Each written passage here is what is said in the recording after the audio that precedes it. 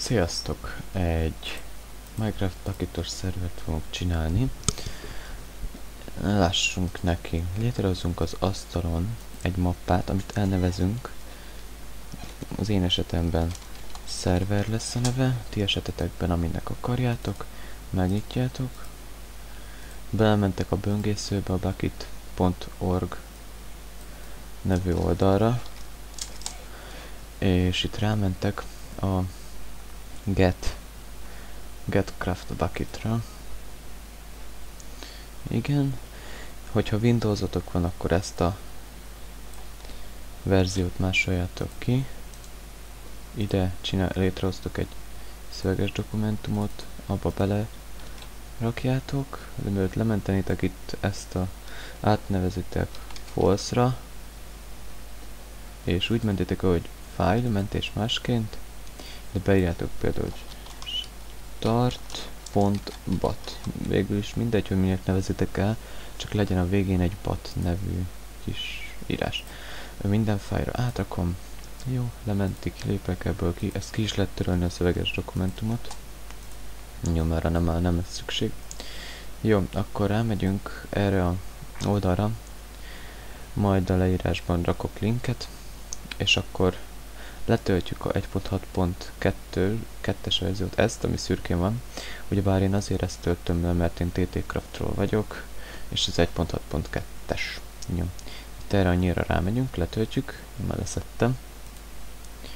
És akkor behúzzuk ide a szerver nevű mappánkba, amit létrehoztunk, és átnevezzük.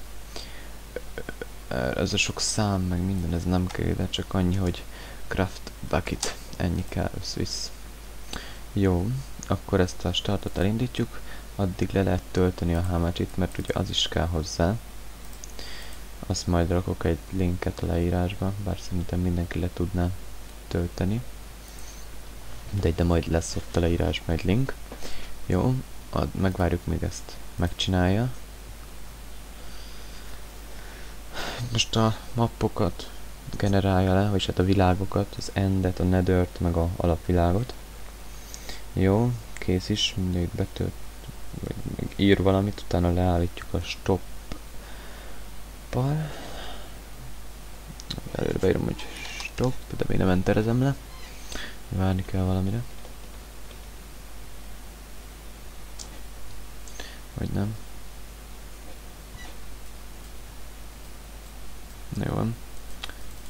Megnyitom ezt, és majd nekem a server properties kell. Jó, akkor stop. Jó, oké.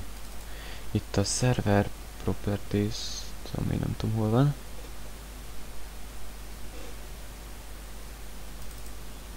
Itt, és hát a szerver nekem. Jó. Csak azokat fogom elmondani, ami lényeges. Server IP. Hops.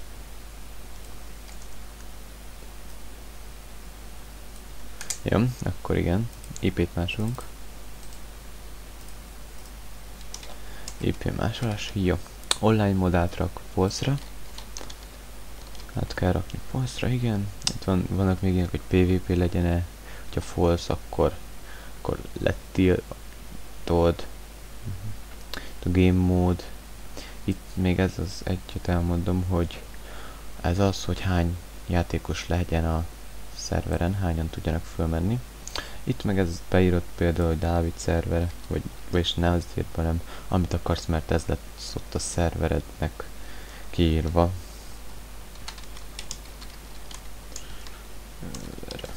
Jó, és akkor ezt elmentem. Jó, utána elindítom újra a startot, addig a TT Craftot elindítom, addig itt ez legenerálja nekünk. Legenerálja. Igen. Jó. És bejelentkezek. Ebből nem lépünk ki, hanem lehúzzuk. Mert ha kilépünk, akkor úgy nem fog menni a szerverünk. Jó, remélem veszi a Minecraftot. Na, hogyha nem, akkor így elmondom, hogy bementek a többjátékos módba. Szerver hozzáadása. És a szerver nevéhez akármit írhatok, de a szerver címhez be kell írni a IP címedeket, nekem már ez itt megvan, és akkor csatlakozás, és már bent is vagyunk a szerverünkön, mutatja, hogy én vagyok egyedül, írni is tudok bármit, ez lényegtelen.